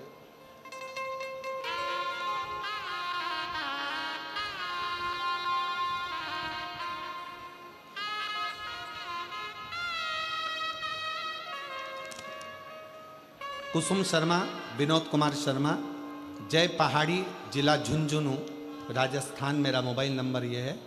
मेरी शादी 2010 में हुई थी, 2000 में हुई थी। 10 वर्ष तक मुझे संतान का सुख नहीं हुआ क्योंकि मेरी दोनों फिलोपिन ट्यूब ब्लॉक थी। मैं बच्चा दानी में टीवी होने के कारण मेरे बच्चे को जन्म नहीं दे सकती। डॉक्टर के हिसाब से मैं मां नहीं बन सकती, मेरी दोनों ट्यूब ब्लॉक है। डॉक्टर ने मना कर दिया कि तुम मां नहीं बन सकती,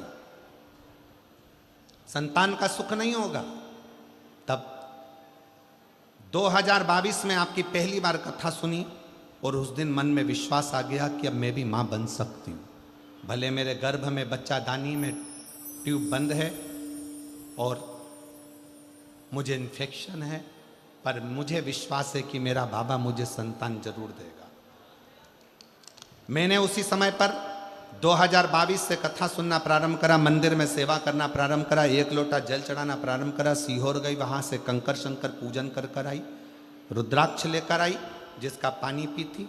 और बाबा की ऐसी कृपा हुई, धीरे धीरे क्रम करते करते करते करते 10 साल 15 साल तो पहले निकल चुके थे और 25 वर्ष के बाद 2000 में मेरी शादी हुई। 2000 के शादी के बाद में लगभग 24 से 25 वर्ष के बाद मेरा गर्भ बाबा की कृपा से ठहर गया। गर्भ तो ठहर गया पर बच्चा दानी में बच्चा तो आ गया, बच्चा भी 6 महीने का हो गया। डॉक्टर ने उसी समय पर जांच कर कर कहा कि 6 महीने के बच्चे को तुम्हें निकलवाना पड़ेगा क्योंकि अंदर बच्चा बेकार हो रहा है, बच्चा बेकार। कहीं बैठे हो कुसुम शर्मा, विनोद कुमार शर्मा, अगर बच्चा आया हो साथ में तो उसको लेकर आ सकते हैं। कहीं बैठे हो तो हाथ हिला सकते हैं। 23 से 24 वर्ष बीत गए, संतान का सुख नहीं। 6 माह का बच्चा गर्भ में, डॉक्टर कह रहे हैं कि इसको निकलवा दो, बाहर की तरफ इसको लाओ, निकालो। हमारा मन नहीं करा, हमने डॉक्टर साहब 1 महीना और छोड़ दो, जैसा भी होगा शिव का कृपा पात्र होगा। डॉक्टर ने कह दिया ये बच्चा बेकार ही हो सकता है। मन में बड़ा दुख हुआ। 1 महीना दवाई लेते रहे, डॉक्टर की जांच कराते रहे। डॉक्टर हर बार बोलता रहा कि इस बच्चे को बाहर निकाल दो, जैसे तैसे 20 दिन और निकाले। 6 महीना 20 दिन का बच्चा गर्भ से बाहर निकालना पड़ा डॉक्टरों के कहने पर। डॉक्टर ने कहा ये बच्चा ठीक नहीं है, मन नहीं माना। डॉक्टर से कहा आप इस बच्चे की बीमारी का इलाज करो, मेरा शंकर इसको ठीक करेगा। मेरी माँ मंदिर जाती, शिव पर चढ़ा जल लाकर नर्स को देती, बच्चे के शरीर पर लगाते जाते। 6 महीने 20 दिन का बच्चा आज बाबा की कृपा से पूर्ण तरह से स्वस्थ है और शिव की कृपा से। शिव भक्ति का फल किसको कहते हैं? शंकर की उदारता किसको कहते हैं? शंकर की करुणा। शंकर की करुणा किसको कहते हैं? उसकी उदारता। शिव पर चढ़ा जल साधारण नहीं।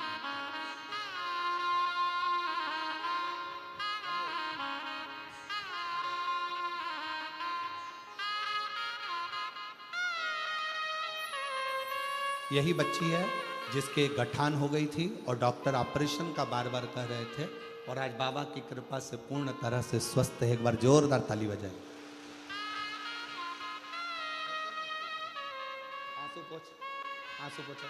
अच्छी खुश होकर जब तो ठीक हो गई। अब क्या आंसू पोछो, वापिस आंसू पोछो।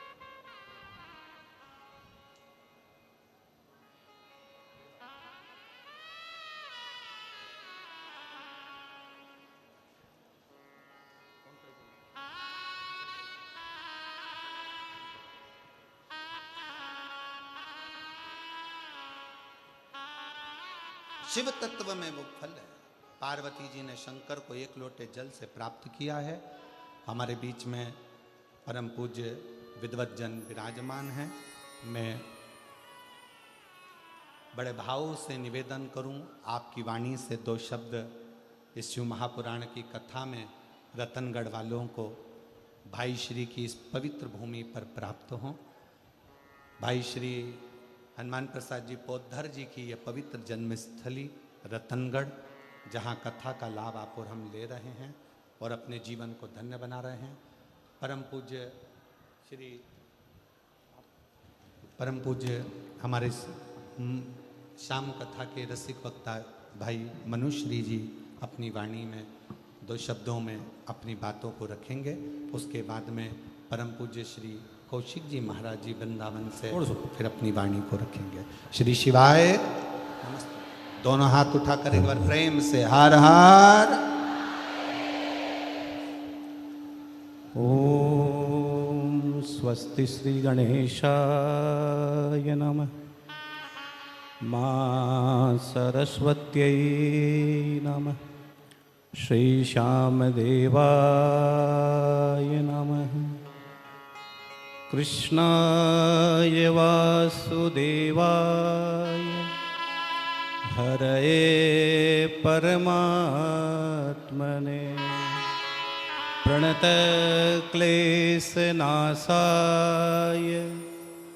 गोविन्दाय नमो नमः।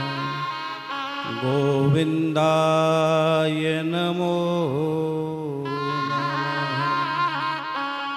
श्री शिवाय नमस्तुभ्यं। परम पूज्य भगवान शिव के परम उपासक, जिनकी भक्ति में, जिनके जीवन में भगवान शिव की भक्ति नृत्य करती है, ऐसे महामनीषी परम श्रद्धेय वंदनीय प्रातस्मरणीय व्यासपीठ पर आसीन मेरे अग्रज भ्राता, मेरे बड़े भैया श्रीमान प्रदीप जी मिश्रा जी पर व्यासपीठ पर भाई महाराज जी आपके चरणों में हम बारंबार प्रणाम करते हैं, बारंबार प्रणाम करते हैं। रतनगढ़ की धरती संत महात्माओं की धरती है, ऋषि ऋषिकाओं की धरती है, विद्वानों की धरती है रतनगढ़ की। और सच मानिएगा भगवान की ऐसी कृपा हुई है रतनगढ़ वासियों पर, और मैं समस्त रतनगढ़ वासियों की ओर से भी महाराज जी का बहुत हार्दिक अभिनंदन वंदन स्वागत करता हूँ। आपके चरणों में महाराज जी, ये आपका छोटा भाई बारंबार प्रणाम करता है कि आपने हमारी मिट्टी को शिवमय बना दिया, आपने हमारी रत्न की माटी को शिवमय बना दिया, शिवमय बना दिया महाराज। जहाँ से निकले हर जगह महाराज जी श्री शिवाय नमस्तुभ्यम, श्री शिवाय नमस्तुभ्यम की ध्वनि गुंजायमान है। जो व्यक्ति शिव को प्रणाम कर लेता है बाकी कुछ नहीं रहता है। और सबसे बड़ी बात है महाराज जी, ये कथा नंदीशाला में हो रही है, ये कथा नंदीशाला में हो रही है। और भगवान शिव की जो सवारी है, शिव किस पर सवार होते हैं? भगवान शिव नंदी पर सवार होते हैं। तो भगवान शिव नंदी पर सवार होकर यहाँ नंदीशाला में प्रवेश किए है। ये मेरे गांव की मिट्टी की सबसे बड़ी बात है, सबसे बड़ी खूबसूरती है। और महाराज जी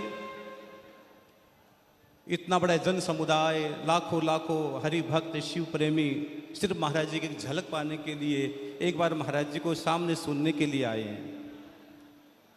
तो आप एक बार मेरी ओर से भी महाराज जी को श्री शिवाय नमस्तुम बोल दीजिए, ताकि आपकी और हमारी यात्रा अद्भुत हो जाए, अद्भुत हो जाए।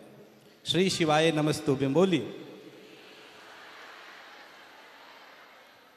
महाराज जी 2 दिन पहले मैं आसाम था, सिर्फ महाराज जी मेरे बड़े भैया, इसके लिए मैं महाराज जी को चरणों में प्रणाम करने आया हूँ। महाराज जी मेरे गांव की मिट्टी में आए हैं, इससे बड़ा। और हनुमान प्रसाद जी पोदार जी की भूमि पर आए हैं। गीता प्रेस गोरखपुर के आदि संपादक भाई जी हनुमान प्रसाद जी पोदार जी, जो कहते हैं नात में थारो ची थारो, चोखो बुरो कुटिल अरुकामी, जो कुछ हूँ सुथारो, नात में थारो जी थारो, नात में थारो जी थारो। हाँ, कल सायंकाल में और महाराज जी बैठे थे, तो हम महाराज जी को पता है हम 2 भाई हैं महाराज जी, आपको पता है। लेकिन कल पिताजी और हम बैठे थे, तो महाराज जी ने कहा कि महाराज बाबूजी मैं आपका बड़ा बेटा हूँ। तो महाराज जी ने कल कहा है कि आपका बड़ा बेटा हूँ। इतना प्यार महाराज जी देते हैं। पिताजी से एक बात बोल ली महाराज जी ने कि मैं आपका बड़ा बेटा हूँ। तो महाराज जी इस धरती पर आए, मेरी ओर से पूरे रत्नगढ़ के वासियों की ओर से बहुत बहुत शुभकामनाएं, बधाइयाँ महाराज जी। और भगवान से प्रार्थना करता हूँ आप पर किसी की नजर न लगे महाराज जी। बस मैं तो श्याम बाबा से ही प्रार्थना करता हूँ, मालिक मेरे सेठ के दरबार से, दाने के दरबार से। इधर देखता हूँ तो हनुमान जी की झलक आती है कौशिक जी में। परम पूज्य महाराज जी प्राण मुनि श्री कौशिक जी महाराज जी के चरणों में दंडवत प्रणाम करता हूँ। महाराज जी के साथ सहस नहीं है, बहुत प्यार करते हैं मुझे। इनको देखता हूँ हनुमान जी की याद आती है, सालासर बालाजी की। तो कल इनकी सालासर जी में कथा है, और ये आपका बेटा मनुश्री खाटू श्याम में रहता है और महाराज जी शियोर धाम में है। तो शिव और हनुमान जी और बीच में श्याम बाबा का भाव प्रकट हो गया। ये तो त्रिवेणी का संगम बह गया है, त्रिवेणी का संगम बह गया है। आप रत्नगढ़ के सभी प्रबुद्ध लोगों को और पूज्य संतों को, पिताश्री को और सभी को मेरी ओर से बारंबार प्रणाम है। और लाहौटी परिवार को जिन्होंने विलक्षण आयोजन करवाया है, इसके लिए मेरी ओर से बहुत बहुत शुभकामनाएं। आप इन परिवार के लिए ताली सेवा करें। और जितने भी संस्था जुड़ी हुई है नगर की, सभी को मेरी ओर से बहुत बहुत धन्यवाद, बहुत बहुत साधुवाद। इस आयोजन में जो भी साधक जुड़े हुए सब ने अपनी पूरी मेहनत के साथ समर्पण भाव से, त्याग और भावना का भाव व्यक्त किया है। प्रिय अभिनेश जी भाई साहब और भी जो साधक इस समय सब लोग जुड़े हुए हैं, आप सभी के लिए भी मेरी व्यासपीठ बहुत बहुत मंगल कामना व्यक्त करती है भाई साहब। और आप सब लोगों ने मिलकर देवी आयोजन को सजाया है। एक बार पुनः हाथ उठाकर कह दीजिए महाराज जी के लिए रत्न की धरती बारंबार। लेकिन एक बात और कह देना महाराज जी को कि महाराज जी हम जल्दी आपको फिर कथा सुनने के लिए बुलाएंगे। हाँ, महाराज जी को ये कह दो कि जल्दी महाराज जी फिर आप रत्न की धरती पर आओगे। ये आपका बेटा कह रहा है, फिर महाराज जी बहुत जल्दी रत्न की धरती पर आएंगे, निश्चित आएंगे। सबने अनुमति दे दी। पुनः आपको प्रणाम, कौशिक जी महाराज जी को प्रणाम, व्यासपीठ को प्रणाम, सभी को प्रणाम। महाराज जी बारंबार प्रणाम। जय श्री बहुत बहुत धन्यवाद श्री शिवाय भाई नमस्तुभ्यं। श्री मनुश्री जी का, जिन्होंने अपनी वाणी से बड़े सुंदर संबोधन को व्यक्त किया। मैं हमारे बीच में विराजमान संत शिरोमणि वृंदावन के परम रसिक संत, जिनकी पवित्र गौशाला में हजारों लाखों गौ माता की सेवा आनंद के साथ में, निज स्वरूप के साथ में होती है। और विद्वत ब्राह्मण के बच्चे निरंतर विद्याध्ययन करते हैं। ऐसे परम पूज्य संत शिरोमणि श्री कौशिक जी महाराज जी को निवेदन करूंगा आपके 2 शब्द संपूर्ण श्रोता भाई बहनों को प्राप्त हो। ओम नमस्ते रुद्रमण्य बतोतकवे नमः बाव्यामुतते नमः। हनुमान प्रसाद जी की पावन भूमि, पूज्य पोदारी जी की यह पावन भूमि रतनगढ़, और इस स्थान इस समय शिव में बन चुका है। बहुत आनंद की अनुभूति हो रही है।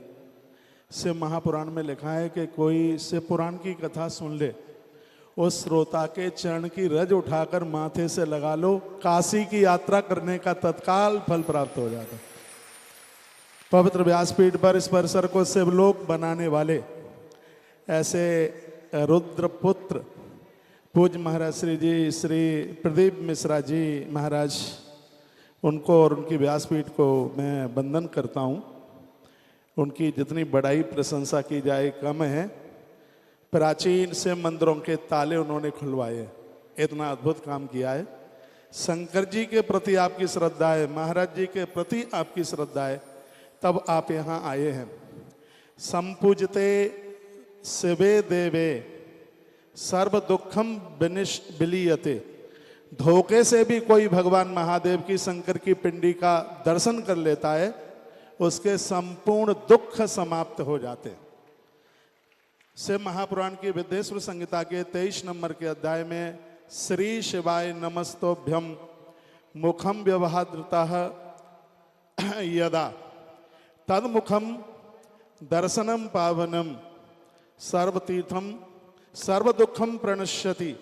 यदि कोई धोखे से भी श्री शिवाय नमस्तोभ्यम का उच्चारण कर लेता है, ऐसे मनुष्य का दर्शन करने से संपूर्ण तीर्थ दर्शन करने का फल मिलता है। और यदि जिसने अपने मुंह से श्री शिवाय नमस्तोभ्यम बोला है, उसे त्रिवेणी में स्नान करने का फल तत्काल प्राप्त होता है। पूरी दुनिया को श्री शिव महापुराण का यह गढ़ा हुआ मंत्र देने वाले ऐसे पूज्य महाराज श्री जी ने एक अलग जगाया है, और उन्होंने आज घर घर में भगवान शंकर की महिमा और मान्यता को पहुंचाया है। इसके लिए उनकी जितनी बड़ाई की जाए उतनी कम है। बस दो बात कह करके मैं अपनी बात को विराम दूंगा। जितने दिन की यह कथा, मुझे तो पता नहीं कितने दिन तक चलेगी। मेरी बात का यदि आप विश्वास करें तो एक भी दिन इस कथा को छोड़ना मत। पूज्य डोंगरे जी महाराज कहते थे, 1 घंटे में लाख रुपए की कमाई छोड़कर पांडाल में कोई हाजिरी भी लगा देता है, उसको संपूर्ण धरती के तीर्थों का दर्शन करने का फल प्राप्त होता है। ये आपका बड़ा भाग्य है। इनकी डेट तारीख लेने के लिए लोग लाइन में लगे। शायद इनके करीब जितनी मेरी नज़दीकी है, कौन की होगी, मेरी वार्ता होती रहती है। और मैं फिर आपको कहना चाहूँगा, उनके द्वारा अद्भुत कार्य सीहोर की धरती पर, बनावटी बात नहीं है, मैं तो गया हूँ जहाँ 20,000 से लेकर के 50,000 तक प्रत्येक दिन आदमी भोजन करता है। अन्नपूर्णा मैया सिद्ध होकर के बैठी है। तो आज उन्होंने भारतीय सनातन संस्कृति को इतना आगे बढ़ाया है। 2 चीजों के ऊपर जिनके प्रवचन ने रोक लगाई है, एक चादर और एक फादर। लोग पीर पैगामों पर जाने से बचे हैं। जिन्होंने आज महादेव की सच्ची सत्ता को स्वीकारा है, ऐसा भारत का गौरव बढ़ाने वाले ऐसे श्री आचार्य जी श्री मिश्रा जी ने आज एक अलग जगाया है। मैं बड़ा अभिभूत हूँ, मुझे बड़ा अच्छा लग रहा है। इस आयोजन के आयोजक और सभी व्यवस्थाधारियों को मेरी बहुत बहुत मंगलमय बधाई और शुभकामनाएं। काल उसको छू नहीं सकता जो भूल करके भी भगवान महादेव का नाम ले लेता है। बहुत बहुत धन्यवाद आप सभी का। इन्हीं शब्दों के साथ एक बार जयकारा लगाइए, बोलिए गौ माता की।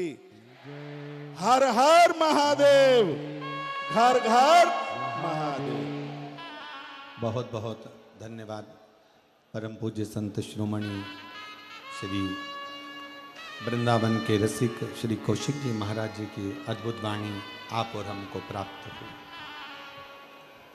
शिव कथा कह रही है।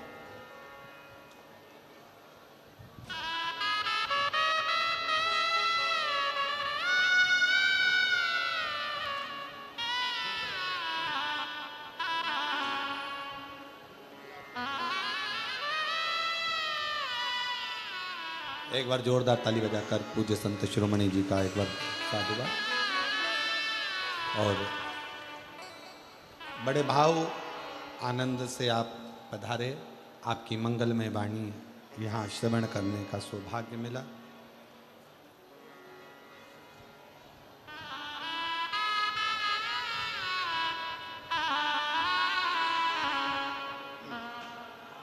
एक बार भाई श्री मनुश्री जी के लिए भी जोरदार ताली बजाकर साधुता जो पधारे और मंगल आशीष आप और हम सबको प्राप्त हुआ। पार्वती मैया एक पार्थिव लिंग का निर्माण कर कर जल समर्पित करते हैं। कितना कितना अर्चन माता पार्वती जी के जीवन में आया है। कितना कितना अर्चन। माता पार्वती मैया जब जब जल भरने के लिए जलाशय में जाती हैं और शिव जी को जल चढ़ाने के लिए लेकर आती हैं तो बीच में मगर उनको रोक लेते हैं।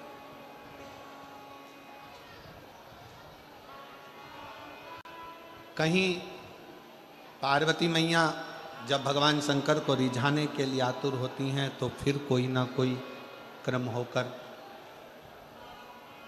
उनकी अर्चना जो हो रही है, भजन जो हो रहा है, स्मरण जो हो रहा है, उसमें अड़चन दी जाती है। शिव महापुराण की कथा कहती है कि जब भी आप कोई तप करेंगे, साधना करेंगे, भजन करेंगे, कीर्तन करेंगे, मंत्र जाप करेंगे, नाम जाप करेंगे, स्मरण करेंगे तो थोड़ी ना थोड़ी अड़चन बीच में आएगी, आती है। और उसमें घबराना नहीं है। उस अड़चन में अपन को घबराने का काम नहीं है। एक बड़ा सुंदर व्याख्यान वर्णन है। मान लो किसी काम के लिए आप बहुत दिनों से लगे हुए हो और वो कार्य पूर्ण नहीं हो रहा, बहुत दिनों से लगे हो, मेरा ये कार्य होना चाहिए, मेरा ये कार्य होना चाहिए, मेरा ये कार्य होना चाहिए, और नहीं हो रहा। तो शिव महापुराण का एक बड़ा सुंदर सा भाव कहा, बहुत सुंदर सा भाव वर्णन किया कि बेलपत्र का जो नीचे का जो भाग होता है, बेलपत्र के जो नीचे का जो भाग है, इस नीचे के भाग में थोड़ा सा गाय का घृत, देसी गाय का थोड़ा सा घी, घृत इस नीचे के भाग में लगा लेना चाहिए।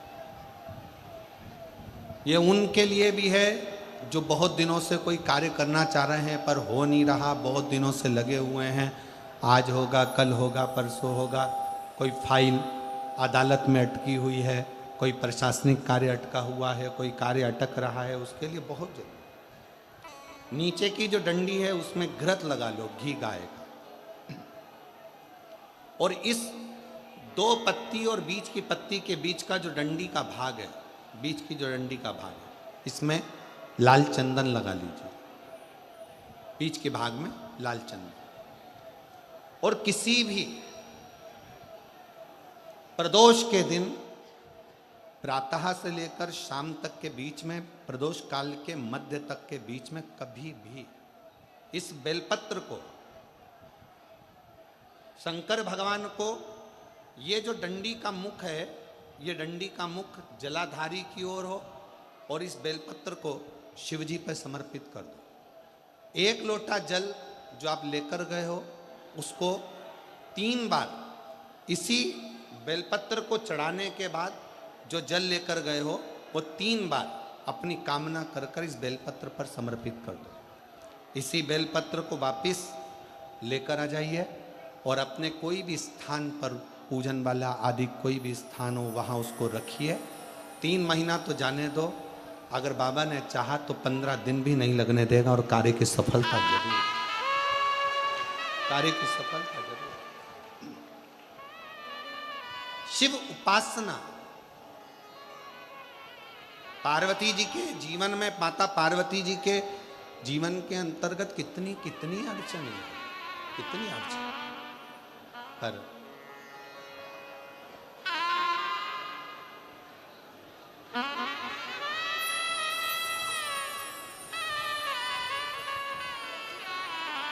एक बार जोरदार ताली बजाओ।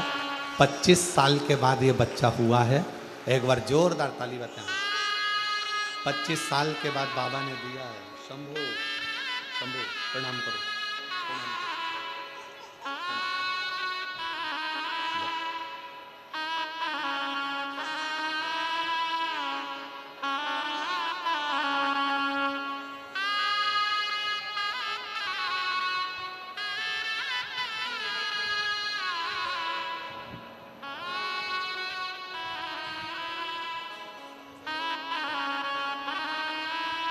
6 महीना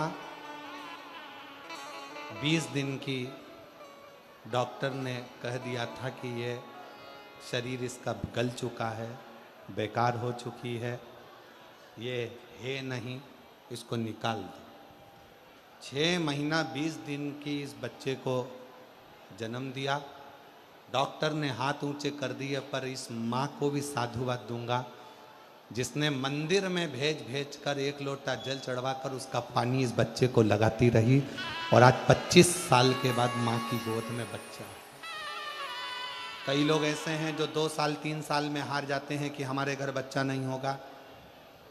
एक बार अगर मौका मिले तो शिव महापुराण की कथा के पंडाल में बैठकर जब आरती हो, कर्पूर गौरम पूर्ण हो जाए, जब यहाँ से जाओ, उस भूमि को नमन कर कर उसकी रज को अपने गर्भ पर अपने हृदय से लगाकर विनती कर कर तो देखो। 25 साल क्या, हमने तो अपने व्यासपीठ पर देखा है 40-40 साल बाद भी बाबा ने संतान दी है। तो ये तो 25 वर्ष के बाद औलाद हुई, उससे रिश्ता जोड़े।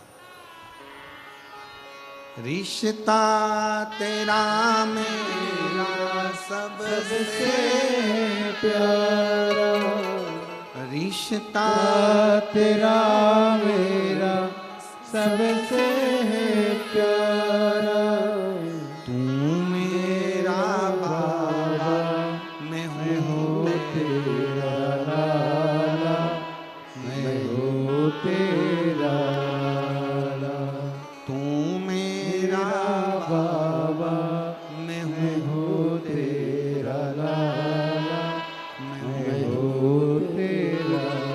एक संबंध शिव से जोड़ने का प्रयास करो। माँ पार्वती के जीवन में बहुत अड़चने आई, पर शंकर का चढ़ाया 1 लोटा जल सारी अड़चनों को हरता रहा। ऐसे भगवान श्री गणेश जी महाराज का प्रागट्य होता है।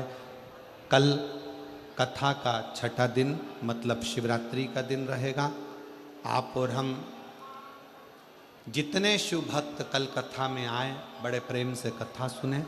कल रात्रि को भी यहाँ पर कीर्तन भजन जो माताएं रहती हैं खूब करती हैं। परसों के दिन सुबह 8 बजे से 11 बजे तक कथा हो जाएगी। जो लोग 7 दिन की कथा नहीं सुन पाए हैं वो कल और परसों की कथा का इतना लाभ ले लो कि मेरा बाबा तुम्हारी झोली खुशियों से भर दे। इसके बाद में सिंहेश्वर में 21 तारीख से शिव महापुराण की कथा प्रारंभ होगी, जिसका समय सिंहेश्वर बिहार 2 बजे से 5 बजे तक कथा का समय रहेगा सिंहेश्वर बिहार का। और 1 मई से 7 मई तक जयपुर राजस्थान